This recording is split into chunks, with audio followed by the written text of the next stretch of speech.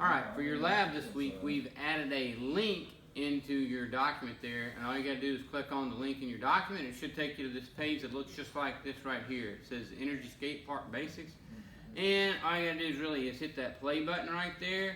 When you hit the play button, it's going to open it up for you.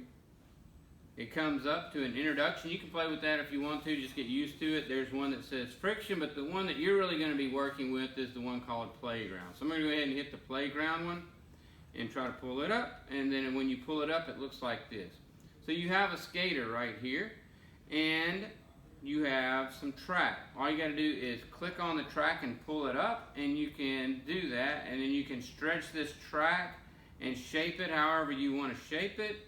And it should look something like that. And you can actually click another piece of track and add it, and you can take these things and shape them and move them however you want to. Wherever there's a red dot, you just kind of grab it and pull it and stretch it out. If you get somewhere, we'll add one more. I think you can add a total of 5. We add one more. And if you get right here and you're like, I don't really want that, you can click on the red dot, and you can see that you can either cut it and it'll cut it out.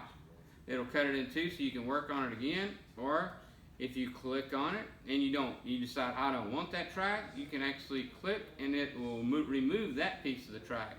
So again, you can stretch that and move that however you want to, and what you're going to do is you're going to create your own skate park. And your skate park has to have these 3 features. It has to have 3 features. A feature would be anything like a jump, a loop, and so most of the time kids are going to put a couple of jumps and a loop or something in there. So you have to have 3 features. And the most common ones would be loops and jumps. And so if you do that, what you're going to do is you're going to label the points of highest kinetic energy and highest potential energy. So here's your skater. You can pick your skater up and pull him up here to the top and let him go, and you can see that he can go across there, and he's going to jump off and land and then go off into infinity. So it actually will put him back up here if you want to do it again.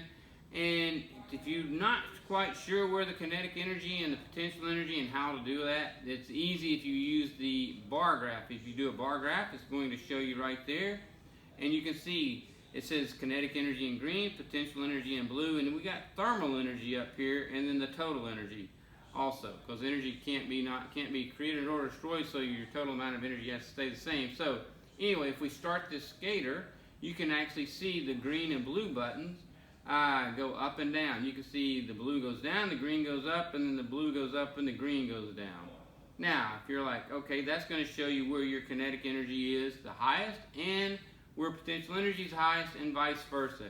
Wherever potential energy is the highest, kinetic energy is going to be the lowest, and wherever kinetic energy is the highest, potential energy will be the lowest. So it's you're just converting from one to the other. It's kind of like we did with the launching the balls out of the machine. It's just converting it from potential to kinetic and then back and forth. And so you can actually, to see that better, you can actually go in slow motion. And right here, down here it says normal speed, right here it says slow motion. If you do it in slow motion and then you start your skater, you can actually see, and then you can pause it right down there where you think it's going to have the lowest kinetic energy down here and the highest kinetic and lowest potential, wherever you want to do that.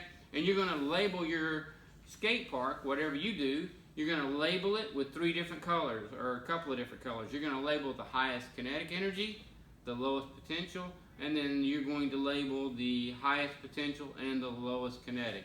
And you'll mark those on there. You can use different colored pencils. All you got to do is draw your skate park out wherever you want it and label those couple of points on there. Highest kinetic energy, lowest potential energy, and then also label highest potential and lowest kinetic. And when you do that, make sure it has your 3 features in there. And so just have fun playing with the energy skate park, learning about kinetic and potential energy and how they convert back and forth between the 2.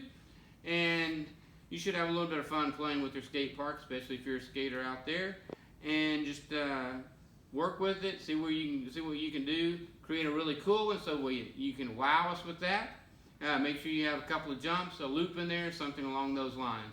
You got a couple of different options. You got where it will stay on the track, kind of like a roller coaster, or you can actually make it like a real life skate skater, and it'll actually come off of the trikes.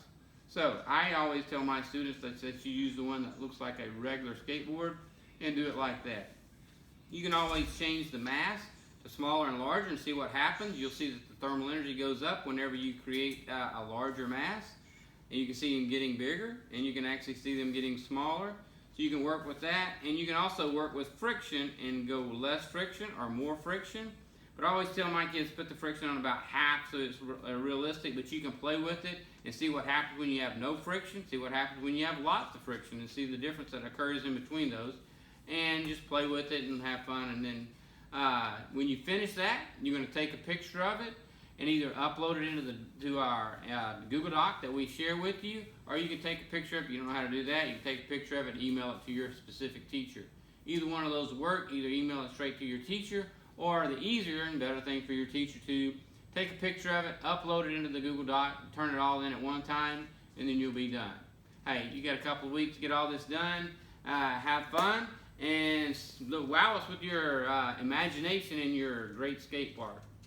Hey, have fun doing all your science lessons. Hopefully you learn something, but also hopefully you have a little fun watching too. Take care.